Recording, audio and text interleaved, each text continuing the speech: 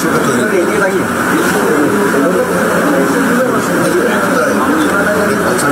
তুমি প্রশ্ন করছো তুমি কথা বলতে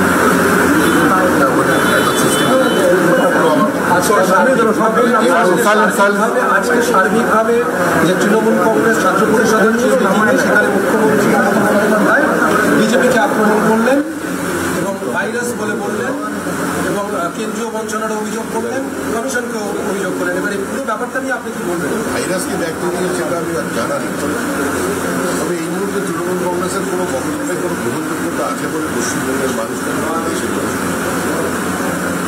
তৃণমূল কংগ্রেসকে মানুষ গ্রহণ করেছিল, নিজের জীবন দিয়ে জীবিকা দিয়ে মানুষ তাকে বড় করে নিয়েছে। এখন তৃণমূলকে ছেড়ে দিচ্ছে, বিজয় বেলায় মমতা বন্দ্যোপাধ্যায়ের বক্তব্য রাখছে।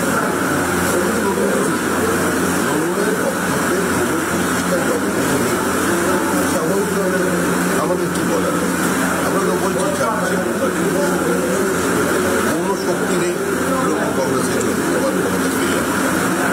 জীবনকৃষ্ণের পর জীবনকৃষ্ণের পিসি যেদিকে ইডিতে হাজিরা দিচ্ছেন তারই দলের কাউন্সিলর, সাঁইথিয়া তৃণমূল কাউন্সিলর, সেদিনকে মমতা বন্দ্যোপাধ্যায় বলছেন যে ভোট এলে সব এজেন্সির বাড়াবাড়ি টাড়াবাড়ি হবে, এগুলো কোনো ব্যাপার না। এবং তিনি ডিএম, বিডিও, এসডিও এদেরকে বললেন নির্বাচন কমিশন 3 মাসের জন্য, তারপরে রাজ্য সরকার আমরাই রাজ্য সরকার। দেখুন, ভারতবর্ষে সর্বশক্তিমান ভগবান কিংবা আল্লাহ নয়, সর্বশক্তিমান হচ্ছে ভারতের সংবিধান। ভারতের সংবিধানকে চ্যালেঞ্জ করলে, ভারতের সংবিধানকে অবমাননা করলে সংবিধানের সেই শক্তি আছে যে তার সাংবিধানিক শক্তি প্রতিষ্ঠাতে সে করে দিচ্ছে। 50-এর কমে নামিয়ে দেওয়া হবে বিজেপিকে, 8 দিনে অভিষেক বন্দ্যোপাধ্যায়। আজকে যে প্রশাসনিক জায়গা থেকে হুমকি হলো, প্রদীপ চলে নিভে যাওয়ার আগে চলে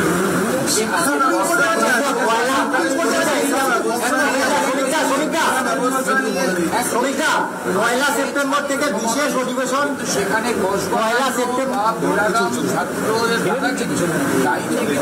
আবিষ্কার করা হলো, ছাত্র ভোট নিয়েও কিছু বলা হলো না। ওগুলো তো তৃণমূলের এজেন্ডার মধ্যে। তৃণমূল কেন ভোট নিয়ে কথা বলে? ভোটটা তৃণমূলের পছন্দ নয়, চয়েস নয়, ওনাদের কম্পালশন, বাধ্যবাধকতা। তৃণমূল কোনো গণতান্ত্রিক ব্যবস্থায় বিশ্বাস করে না, তৃণমূল কোনো গণতান্ত্রিক পদ্ধতিতে বিশ্বাস করে না।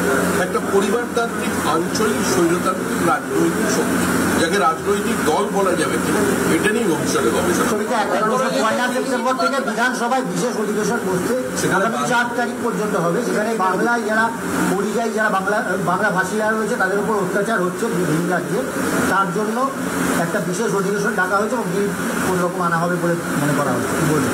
আপনারাই সংবাদ মাধ্যম দেখেছেন, 5,000 টাকা ঘোষণার পরে এখনো হাজার হাজার পরিযায়ী শ্রমিক এ রাজ্য ছেড়ে চলে যাচ্ছে। কি হবে? অনেক দিন মারলেন, তৃণমূল কংগ্রেসকে কেউ আর দিচ্ছে না, মেধাবী ছাত্রছাত্রীরাও নিচ্ছে না, যারা লেখাপড়া জানেন না, শুধুমাত্র শ্রম ছাড়া যাদের দেবার কিছু নেই তারাও নিচ্ছে না। মেধাও রাজ্য ছাড়ছে, শ্রমও রাজ্য ছাড়ছে, পুঁজিও রাজ্য ছাড়ছে। এই অবস্থা দাঁড়িয়ে কি করবে তৃণমূল? সর্বনাশ হয়ে গেছে। বাঙালি বলে বাংলার বাইরে যারা প্রবাসী আছেন তারা পরিচয় দিতে লজ্জা পাচ্ছে। তৃণমূল কংগ্রেসকে তো বলা হয়েছে সমস্ত বাঙালির কথা কেন বলছে, এটা নিয়ে কোনো গুরুত্ব নেই। আপনি গ্রামে গিয়ে বলুন তো বাঙালির ন্যারেটিভ চলে, গ্রামের মানুষের কোনো উৎসাহ আছে? তারা জানেন এখানে কাজ নেই, তাদের পেট ভরা খাবারের সুযোগ নেই, নিজের উপার্জন করবার জন্য পরিস্থিতি তৈরি হয় সেটা নেই, তাদের নিজের গ্রাস অন্য কেউ কেড়ে নিচ্ছে, তারা অন্য রাজ্যে বাড়ি দিচ্ছে। উনি বলছেন আপনারা হিংসে করেন মমতা বন্দ্যোপাধ্যায়কে, যে মুখ্যমন্ত্রী নিজে অনুরোধ করেছিলেন পরীক্ষা পিছিয়ে দেওয়ার জন্য, আবার সুরেন্দ্রনাথ করেছেন প্রিন্সিপালকে দেখা গেল তৃণমূল ছাত্র পরিষদের দেওয়া পাঞ্জাবিতে লোগো পরে সুরেন্দ্রনাথ কলেজের প্রিন্সিপাল, বিশেষ করে যিনি প্রেস কনফারেন্স করে বলেছিলেন পরীক্ষা নিতে অসুবিধা হবে, সেই প্রিন্সিপাল একদম আয়োজনে টিএমসিপির সমাবেশে টিএমসিপির লোগো দেওয়া পাঞ্জাবি পরে তিনি পোশাক বিলি করলেন।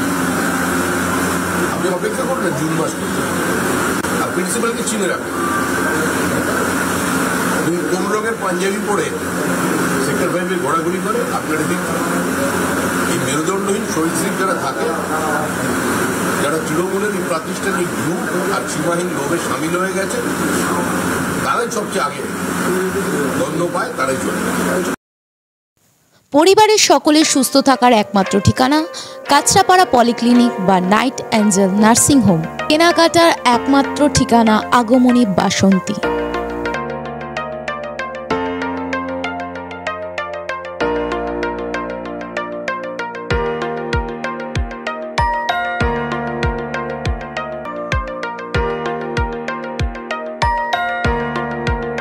এখানে আমাদের সব থেকে মানে এখানে আশেপাশে দেখছি একটু খাবার একটু অসুবিধা হচ্ছিল, তো আমি দেখলাম কি এখানে একটা ছোট্ট একটা চায়ের দোকান করব। তারপরে চায়ের দোকান থেকে ভাবছি ছোট একটা ধাবা করে দিই। ছোট ধাবা থেকে দেখছি এবার একটু সাজিয়ে এই আস্তে আস্তে করতে করতে এইভাবে হয়ে যাবে আমি নিজেও ভাবতে পারিনি।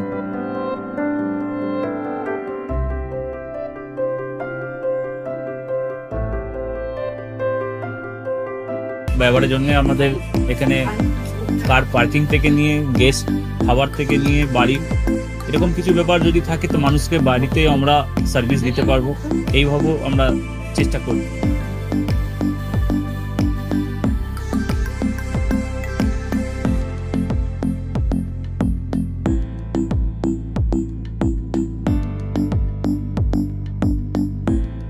একদম সাধারণ, বাইরে থেকে অনেক চিপ বেস্টের মধ্যে খাওয়াটা কোয়ালিটিটা সবসময় পাবেন। একবার আমি মানুষকে একবারই বলবো কি একবার আমাদের কাছে এসে একবার টেস্ট করে যাবেন। দুপুরবেলা থেকে আরম্ভ আমাদের খাওয়া, থালা, বেঙ্গলি থালা, চাইনিজ ফুড সবই আছে, একবার এসে টেস্ট করে যাবেন।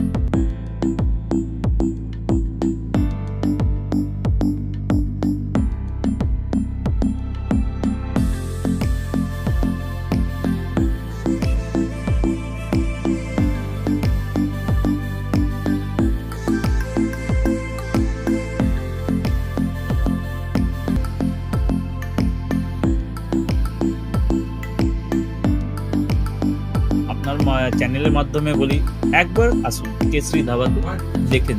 আমার নাম রঞ্জন কেশরী।